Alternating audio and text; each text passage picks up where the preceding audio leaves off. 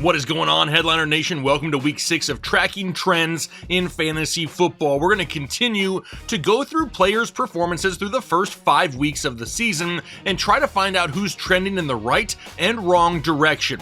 This is going to help us find some of those players in fantasy football with the most consistent hit or miss rates. Now, once again, in today's show, we're going to be going through the quarterback, running back, wide receiver, and tight end position. You're going to be able to see the hit rates for each player as well as their average fantasy points per game through the first 5 weeks of the NFL season. Now, obviously, hit rates are calculated on a per game basis, and average fantasy points per game is really more of a season-long metric. But I show them both to you on purpose. There is a reason that I do that. And that reason is by doing it that way, you're able to see if these players are a little bit more boom or bust or more consistent. If a player is averaging 16 points per game, but their hit rate is only 25%, it's safe to say that that player is a little bit more boom or bust. Now, if a player is averaging 16 points per game and their hit rate is 75%, that means they're going to be a lot more consistent. Now, speaking of consistency,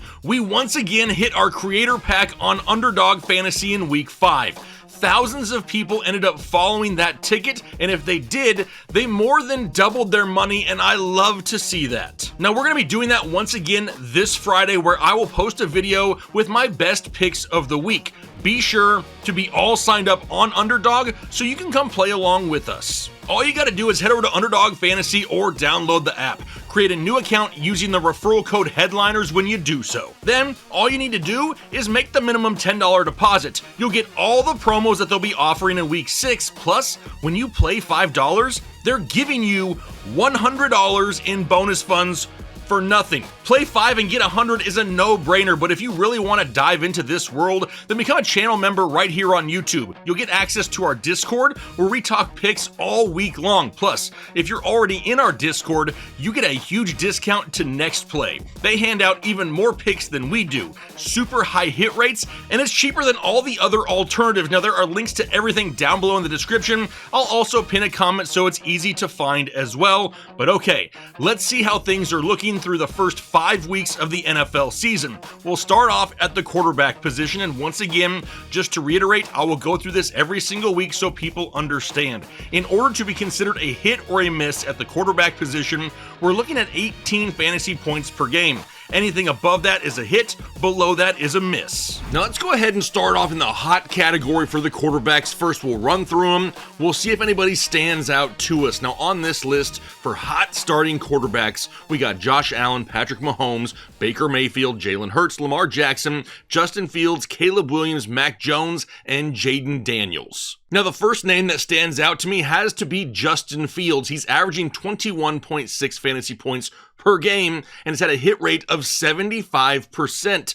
But I'm starting to worry just a little bit whether or not this is for real. His last 2 games have been against Miami and Dallas, 2 of the worst defenses in the league. Now, this week, he's going to get a tougher Denver defense. Now, for a long time, we've expected him to produce with his legs, but we also saw last week that he can do it with his arm at times as well. Can he do it in a tougher matchup? That's what I want to find out this upcoming week. Now, Caleb Williams shouldn't be a surprise to you with all the weapons that he has. He's coming off the bye week. Mac Jones, obviously, he hasn't started a full season either. But at this point in 2025, it's basically been plug or play. Whether it's Brock Purdy or Mac Jones, they're both high performers. Now, everyone else that you see on this list, you kind of expect to be in the hot category, right? It does suck that we're about to lose Lamar Jackson for a few weeks, but hopefully we can make it through that. All right, let's go ahead and go down to the middle tier guys right now. And this is where we have Dak Prescott, Matthew Stafford, Drake May, Bo Nix, Jordan Love, Jake Browning,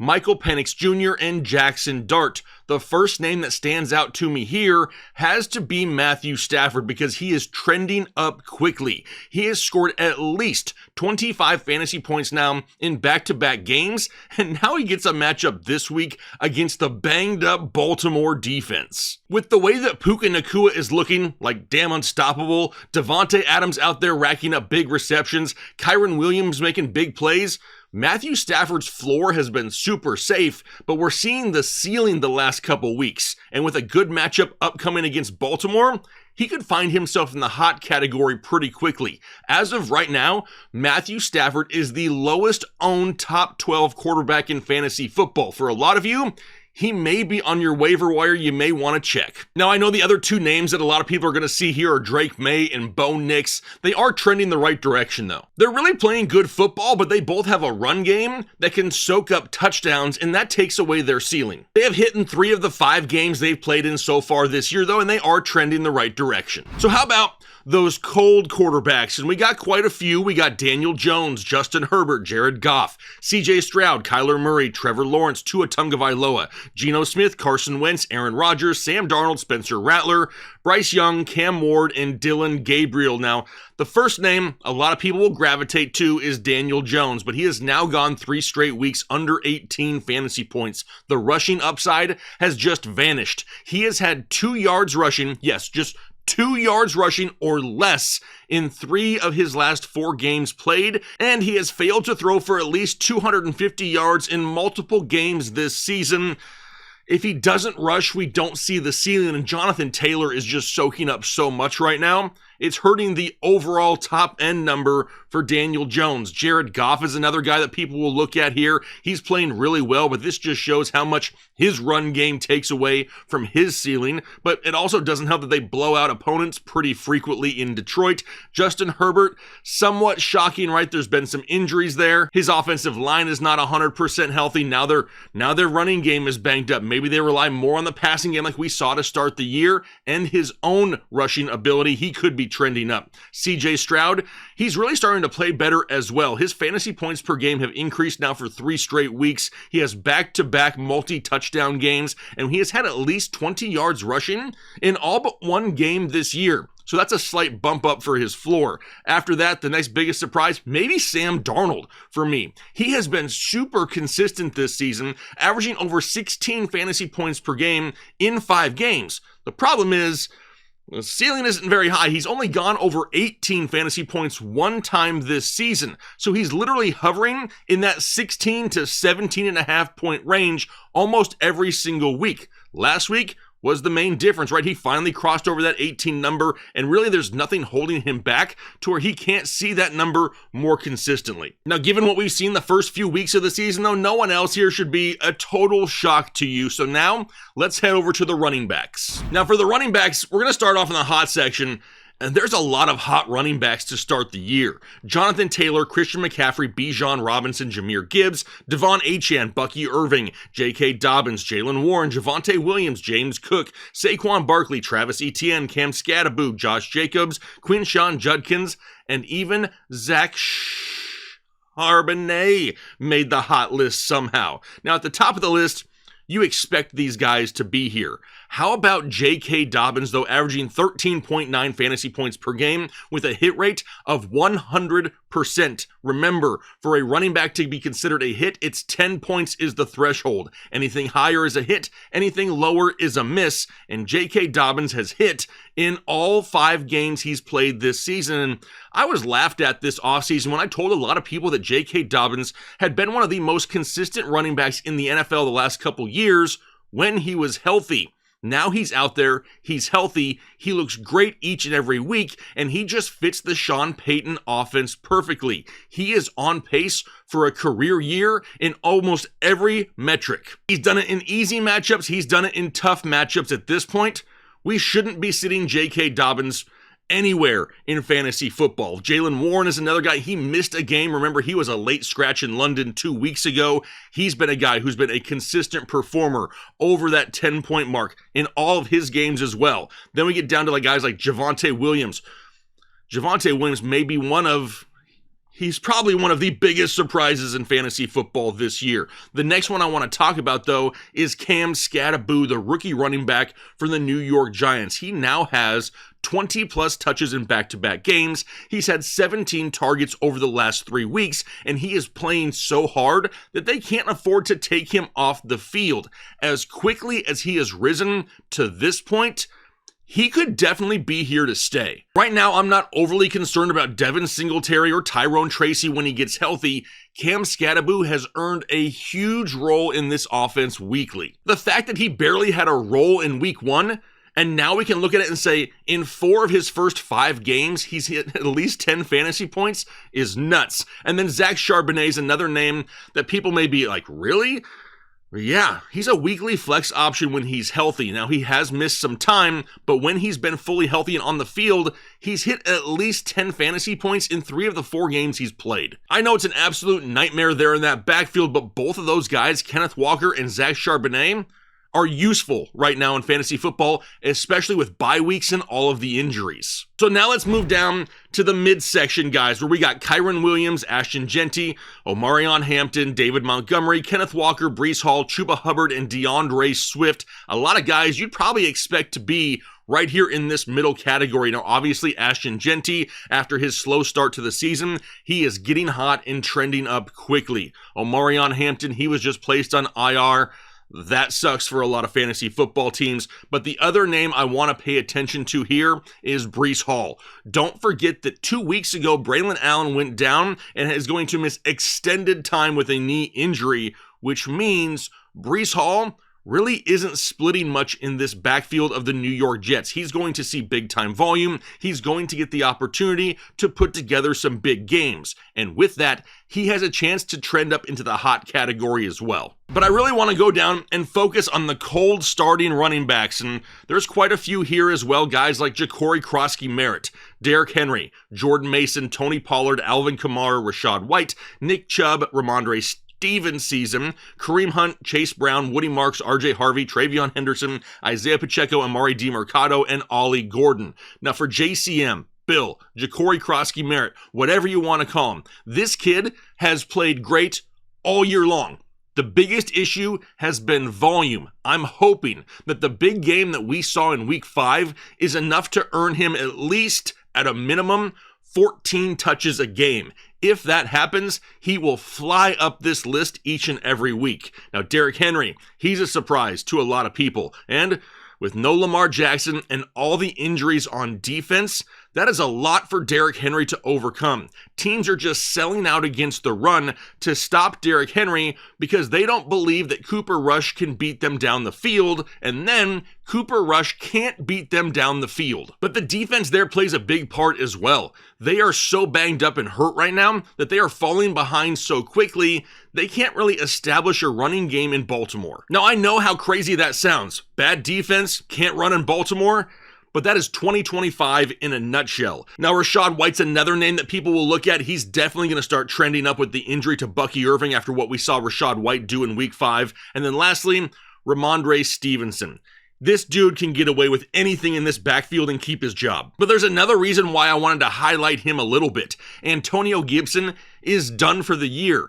And I know you're like, Jake, it's not 2019 anymore. Why do I really care about Antonio Gibson? He was getting almost double-digit touches a week in this New England offense. If they're not going to commit those touches, which they showed us in week 5 to Travion Henderson, they're going to give them to Ramondre Stevenson. And even though he fumbles a lot, he is not a bad running back, and the Patriots have the ability to give him touchdown opportunities. With Antonio Gibson out of the mix, Ramondre Stevenson could be another name that we see start off a little bit cold, but could fly up this list by the time we get to mid-season. Now, for the most part, everyone else here, you kind of understand what's going on in their situation. Let's move on to the wide receiver position now. We'll start off in the hot category. Once again, 10 points is the threshold. Over 10 is a hit, under 10 is a miss, and there's quite a few hot receivers to start off the season. We got Puka Nacua, Emeka Egbuka, Roma Dunze, JSN, Jackson Smith, and Jigba. We got Jordan Addison, Amon-Ra St. Brown, Garrett Wilson, George Pickens, Deebo Samuel, Quentin Johnston, Cortland Sutton, Justin Jefferson, Devontae Adams, Michael Pittman,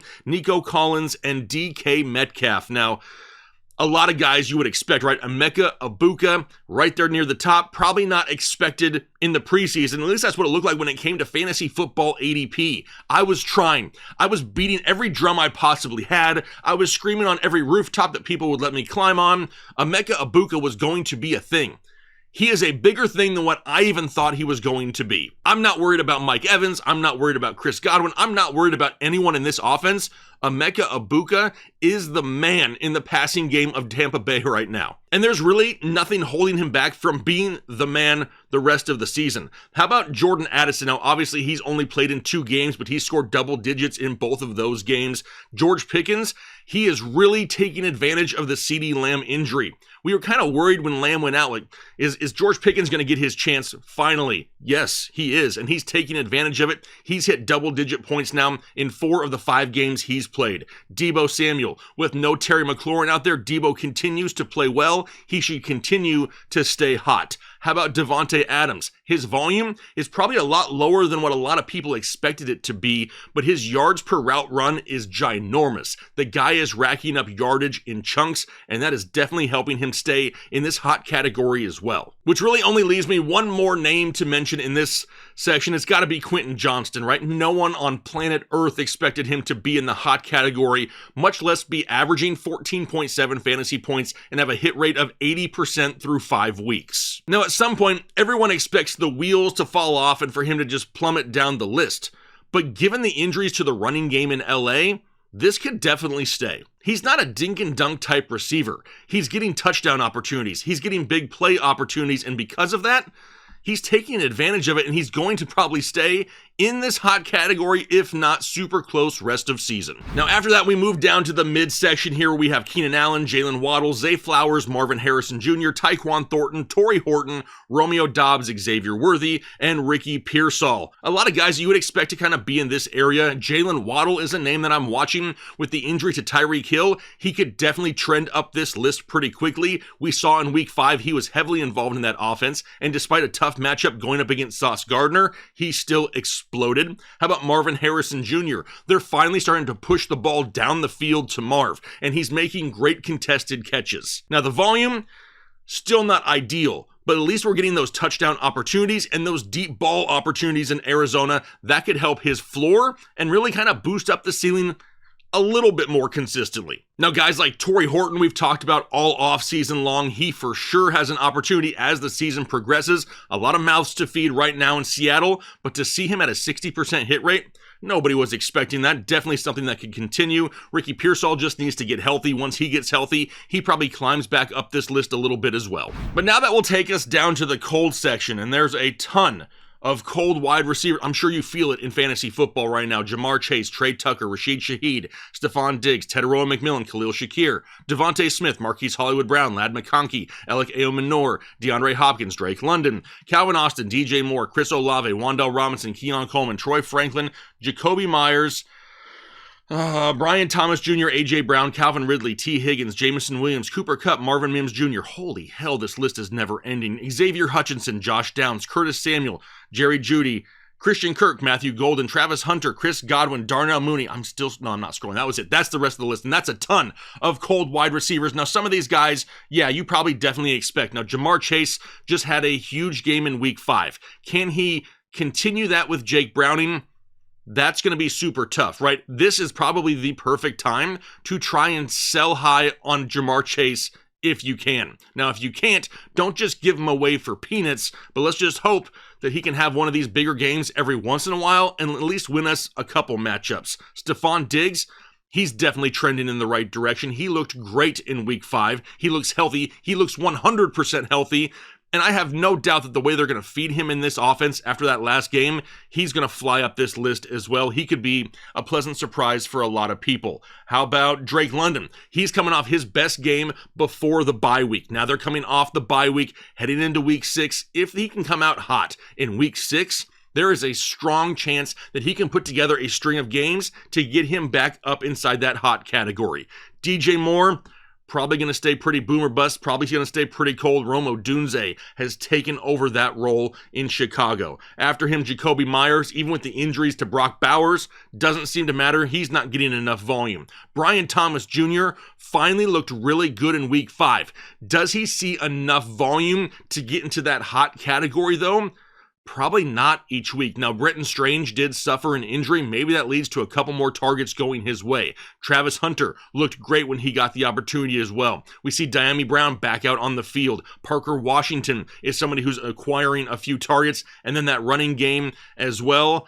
It's an uphill battle for Brian Thomas Jr. A.J. Brown, drama like usual, right? I mean, he hasn't produced averaging 7 fantasy points per game. That's not what you wanted when you drafted him in the late first, early second round. but this is what we're getting. And honestly, I don't see an end in sight to where he's going to all of a sudden start trending consistently towards that hot section.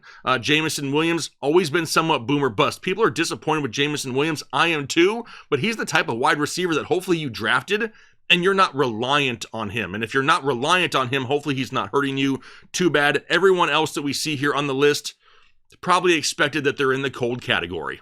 So let's go ahead and head over to tight ends now. And remember, the threshold for a hit or a miss on tight ends is 8 fantasy points. Expecting these guys to get 10 a week would mean for the most part, everyone's in the cold section. So we drop it down to 8 fantasy points for tight ends. And when we look at the hot category, we got guys like Darren Waller, Jake Ferguson, Dalton Kincaid, Tyler Warren, Trey McBride, Dallas Goedert, because I'm feeling fancy, and then Tucker Kraft. Now, obviously, Darren Waller shows a hit rate of 100%. He's only played in 2 games, but those 2 games have been pretty freaking good. Hopefully that can continue. And then Jake Ferguson averaging 13.1 fantasy points per game. He's hitting 4 of his 5 games this year. Basically, ever since CeeDee Lamb went out, then we lose Kevontae Turpin. That means a whole lot of Fergie. Now, until CeeDee Lamb comes back and he's fully healthy, Ferguson probably stays pretty hot. He could end up trending down slightly once Lamb comes back to 100%. Everyone else, we kind of expect to be here, right? Tucker Kraft has been a pleasant surprise for a lot of people. He's coming off his bye week.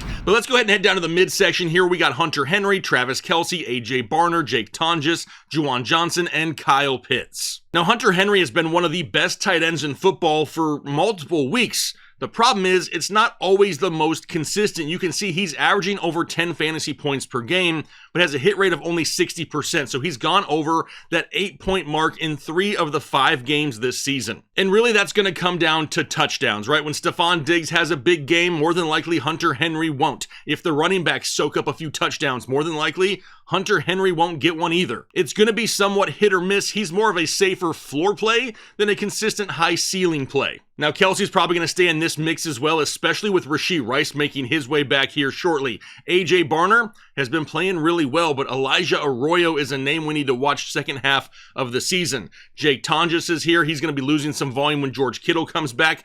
Juwan Johnson is kind of the guy I want to highlight here, though. He started off the year so hot. He was on the field all the time, like 98% of the offensive snaps. Well, his snap percentage has now decreased in 3 straight weeks. We're seeing Spencer Rattler spread the ball around a little bit more. Taysom Hill is now back in the mix as well. This just isn't an offense that scores enough points to really solidify enough production for multiple people at a time. And with some of these other tight ends just performing a little bit better, there's a little bit more risk for Juwan Johnson right now, and he is trending the wrong direction.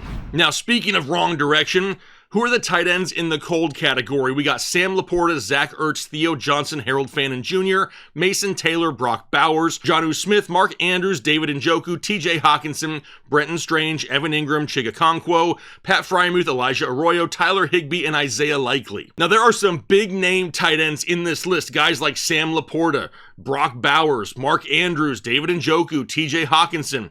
And it sucks that they're down here in the cold section. But this goes back to what we were saying a little bit earlier. If we can get 8 points from a tight end, boy, are we happy. Because to see some of the best in the NFL getting like 5 or 6, it's just not a good year for tight ends overall. Now, I do want to highlight a few guys that I believe are trending in the right direction. The first one is Theo Johnson of the New York Giants. I mentioned in a video last week the chemistry that he has with Jackson Dart. When Dart was drafted to the New York Giants and he just made it to New York, his best friend that he made on the team in the offseason was Theo Johnson. They went house shopping together. They hung out all the time.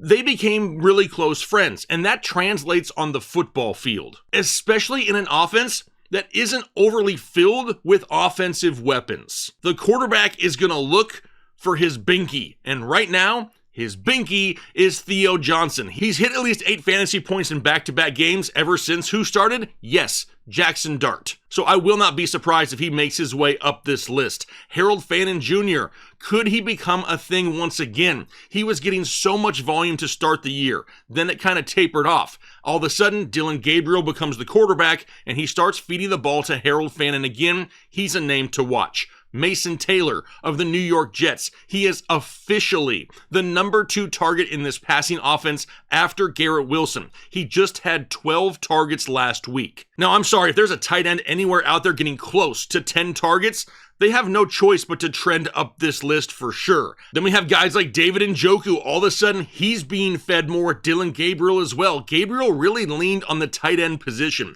And if that continues in week 6, it'll probably continue into week 7, 8, 9, and down the road. It's almost like everything we wanted Joe Flacco to do, Dylan Gabriel did in his first start. Can it continue is the biggest question. Now, the other guy I believe could trend up is still Evan Ingram. And I know a lot of people have hopped off this bandwagon, but he finally looks 100% healthy and just had the best game of his season, scoring his first touchdown of the year. For him, it's been all about health. If he's healthy, he's going to produce.